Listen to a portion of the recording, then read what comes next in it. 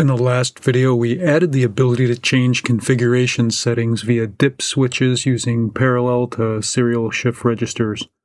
We have one pin left, so we'll camp onto the serial load and serial clock control signals we created last time, plus a new serial data outline to run serial to parallel shift registers to drive LEDs. We exposed enough signals on the retro board to add displays for the volley and credit counters, plus an XY display and a bunch of other indicators. If we run those 7-segment displays directly, we would need to drive a total of 31 discrete LEDs. We'll round that up to 32 with a spare. I don't want to add 4 chips to drive 32 LEDs at the same time from a power consumption standpoint, so we'll create an 8-row by 4-column matrix and drive one column at a time. We can then pick which LEDs we want for what. Since we'll only have one column on at a time and there are 4 columns, we'll need to run through 4 full cycles of our serializer for a single frame. With our 1 millisecond clock, that only gives us about an 8 Hz refresh rate, way too low. If we use the 10 kHz clock instead, we can refresh at a respectable rate. We could even add another column of LEDs and still come out fine, but we'll stick with 32 for now. We created this clock generator module that divides the internal 10 kHz clock to generate the 1 millisecond output. I'm going to modify that to also export the 10 kHz signal. We'll still use the 1 millisecond line for the timers, and now we've got the 10 kHz line for the serializer. Also add that to the instance.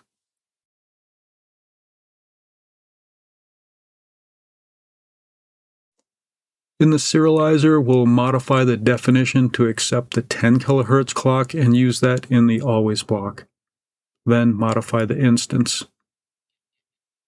Since the last video, I had the buffer config data to get rid of some intermittent errors. I simply created a separate in-buff register for the deserialized data, then copied that to config data on phase 0. I haven't had a chance to look at the synthesized structure to see how it was put together originally, but my feeling is that the system didn't like driving configuration bits directly from indexed registers used for deserialization. For hardware, we'll use 2 74HC595 serial to parallel shift registers connected in series. One of those will drive the row cathodes directly, and the other will drive the column anodes via PNP transistors. The column driver power rail will be switched off during startup and initialization by using the Arduino's done signal. This pin is initially held low, blocking LED current until the system is running.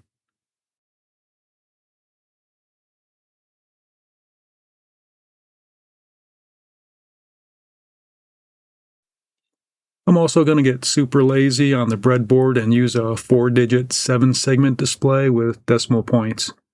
This will give us our 32 discrete LEDs. The first 2 digits will be used for actual digit displays, and we'll use the rest for the other indicators. On the circuit board, we'll lay these out properly, but here you'll just have to use your imagination.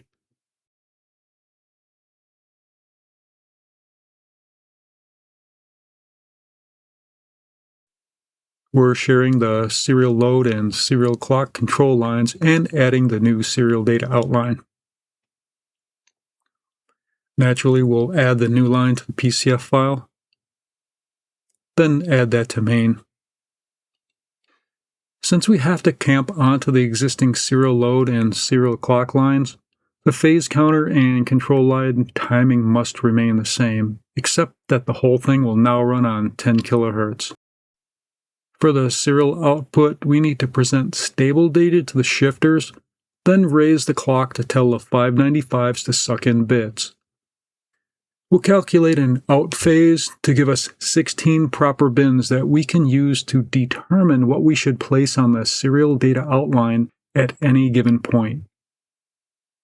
We've got 32 bits of LED data, so we'll need 4 complete cycles to display all LEDs.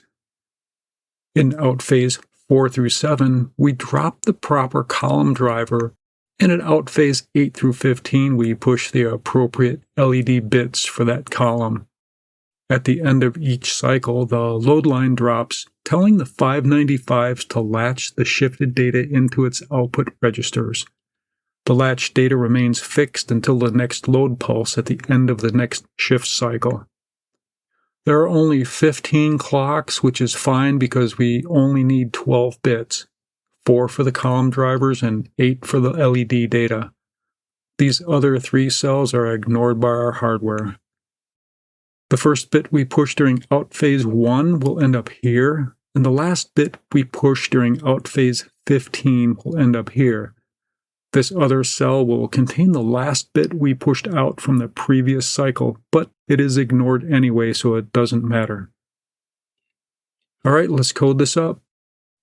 Add a parameter for the 32 bits of LED data. Add the serial data outline.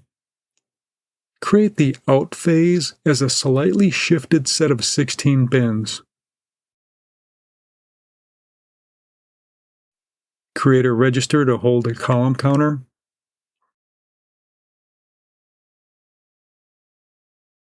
And start our output processing. When the high order bit of the out phase is on, we're dishing out LED data, so we'll place the appropriate bit on the serial data outline according to the column and row address. I'm reversing the column order here, so column 0 is on the left on the display. We're driving the LED cathodes low, so we need to invert the pushed data. If the high order outphase bit was not on, we then check bit 2 to see if we should be pushing a column driver, and if so, drop serial out if we're in the correct column. Otherwise, we turn on the remaining bits for good measure. We don't really need to do anything here because they are ignored, but it does help not to have extraneous stuff laying around when looking at this on the scope. And finally, we need to bump that column counter every series.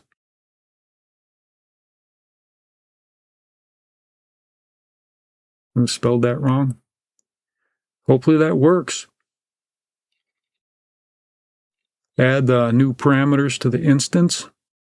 The serial data outline drives a main port directly, but we'll need a loose bus for LED data. We'll leave all bits off so we can assure the column drivers are working first. I merged 4 cycles manually, but you can see that the data outline drops in the proper place for the 4 column drivers. The data bits are active low, so the rest of the bits remain high. For an initial test, I'll set the MSB to a 1. I also need to change that to a reg so we can modify it from an always block. We can then test each LED individually by shifting LED data to the right by 1 bit using the credit line pulsed by the coin switch. I triggered the analyzer on column 0, and you can see both the column driver and high order bit drop. This shifts with every toggle. Now trigger on column 1.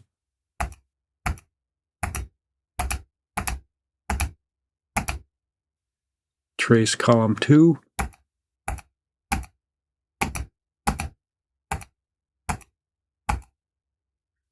And finally column 3.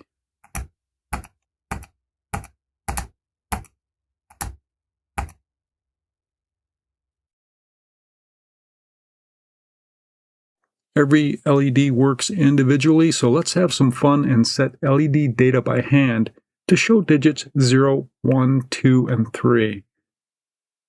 The AA digit segment is in the MSB of each byte. This matches our 7448 segment order.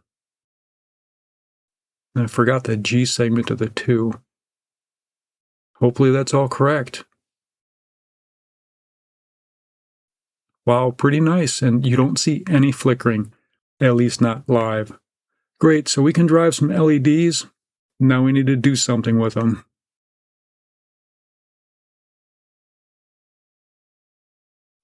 I'm going to create a separate LED mapper module to take in the various signals and put out the correct LED data. For inputs, we'll need the credit and volley counters, the X and Y load bias values, serve weight, EGL, 2-player game, player 2, and attract. The only thing we put out is the 32-bit LED data. In column 0, we'll show the credits digit and serve weight. I'll map the credit counter BCD value to 7 segments using one of our 7448s. We then drive the LED data bits directly from that. And then add serve weight. For column 1, we do the same thing with the volley counter and EGL.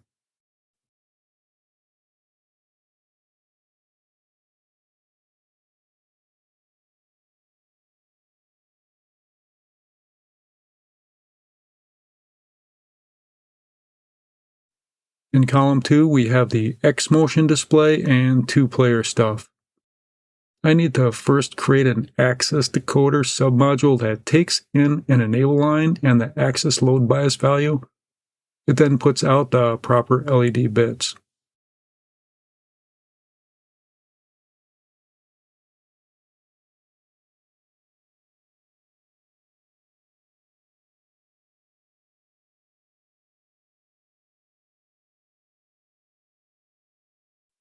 Now hook one up for the X axis. I'm disabling the motion LEDs when the ball is hidden. And finally add the 2-player stuff. For column 3, we have the Y motion display, attract, and a spare. I'll use the same decoder for that.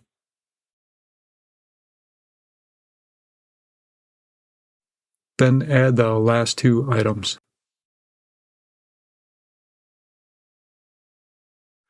Now instantiate that module and connect it up.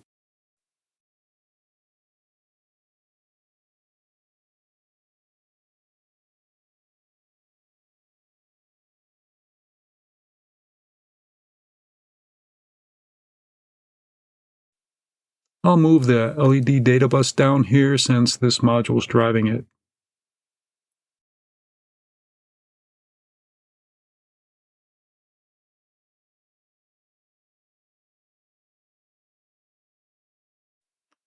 Turn that on.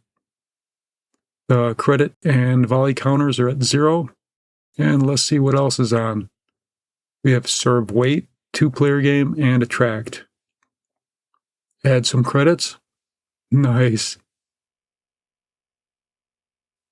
Start a 1-player game. The 2-player game indicator and attract go off. Reset. Machine goes into attract mode. And you can see the volley counter step and the ball motion LEDs react. As I said before, we will lay these out in the proper cross pattern on the PCB. Start a 2-player game. The 2-player game LED comes on. Move to player 2. And player 2 LED comes on. It looks like everything's working as designed. Nice. Today we added external hardware and modified the serializer to properly drive 32 LEDs. There is one more thing I want to do before starting on the PCB design. The Arduino board has a 12 MHz oscillator. Let's see if we can use that to generate our clock line instead of the 14.31 MHz crystal. I'll see you over there.